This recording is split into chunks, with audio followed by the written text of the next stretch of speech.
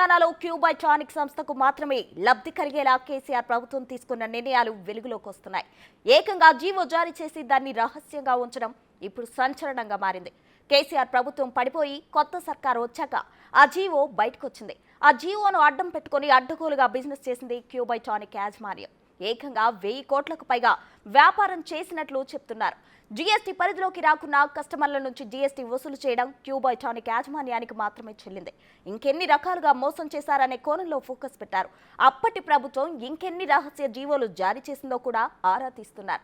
తెలంగాణలో క్యూబైటానిక్ సంస్థకు మాత్రమే లబ్ధి కలిగేలా కేసీఆర్ ప్రభుత్వం తీసుకున్న నిర్ణయాలు తాజాగా వెలుగులోకి వచ్చాయి. ఇక ఇదే అంశానికి సంబంధించి మరింత సమాచారం మా డిప్యూటీ బ్యూరో చీఫ్ సాదిక్ అందించడానికి సిద్ధంగా ఉన్నారు. చెప్పండి సాదిక్.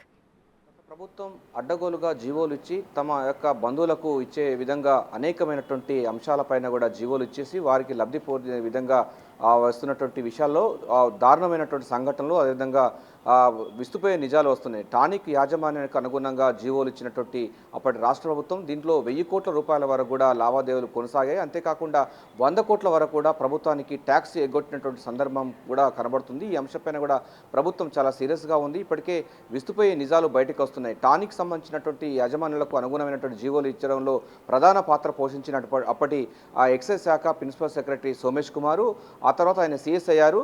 ఆ తర్వాత ఎక్సైజ్ శాఖ కమిషనర్గా ఉన్నటువంటి చంద్రబాబు ఇద్దరు కూడా వారికి టానిక్స్ యాజమాన్యాలకు అనుగుణమైన జీవోలు ఇవ్వడం జరిగింది. ఆ జీవోలను కాన్ఫిడెన్స్లో పెట్టి విపరీతమైనటువంటి అంశాల పైన కూడా ఒకసారి లైసెన్స్ వచ్చిన తర్వాత వాళ్ళని మాత్రమే వినియోగించుకోవాలి, కానీ దాన్ని ట్రాన్స్ఫర్ చేయడానికి ఆస్కారం లేకుండా ఉండేది. కానీ అభ్యన్స్లో పెట్టినటువంటి కాన్ఫిడెన్స్ పెట్టినటువంటి ఈ జీవో ఆధారంగా దాదాపు 4-5 షాప్స్ కూడా రన్ చేశారు. ఈ మేరకు 1000 కోట్ల రూపాయల వరకు కూడా దందా జరిగిందని కూడా ప్రభుత్వం భావిస్తూ ఉంది. దీనిపైన విచారణ కొనసాగుతున్న నేపథ్యంలో ఒక కంపెనీ సంబంధించిన వాళ్ళు టానిక్ సంస్థ వాళ్ళు దాదాపు 4-5 ఫ్రాంచైజీలు ఏర్పాటు చేసి విదేశీ మద్యము, అదేవిధంగా విదేశీ సంబంధించినటువంటి మద్యాన్ని విచ్చలవిడిగా అమ్మడం ఒకటి, అదేవిధంగా జీఎస్టీ పరిధిలో అంటే 13.6% జీఎస్టీ ఉంటుంది, కానీ దాని మినహాయింపు ఉన్నది టానిక్ సంబంధించినటువంటి దానికి.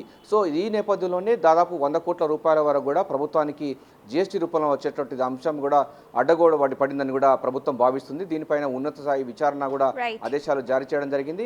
రాష్ట్ర వ్యాప్తంగా సంచలనంగా మారుతున్నటువంటి గత ప్రభుత్వ వైఫల్యాలు, గత ప్రభుత్వాలు తీసుకున్న నిర్ణయాలన్నిటిపైన కూడా రేవంత్ రెడ్డి సర్కార్ అయితే దుస్సారించింది. గతంలో ఇచ్చినటువంటి జీవోలు అన్నిటిపైన ఉంది. ఇంకా మరికొన్ని జీవోలు కూడా అప్పుడున్న కాన్ఫిడెన్స్ ఎందుకు పెట్టవలసి వచ్చింది, ఎవరి అన్యాయం కోసం ఎవరికి కోసం పెట్టవలసి వచ్చింది, అప్పటికి ప్రభుత్వానికి పెద్దలకు ఉన్నటువంటి సంబంధాలపైన కూడా ప్రభుత్వం అయితే ఫోకస్ పెట్టింది.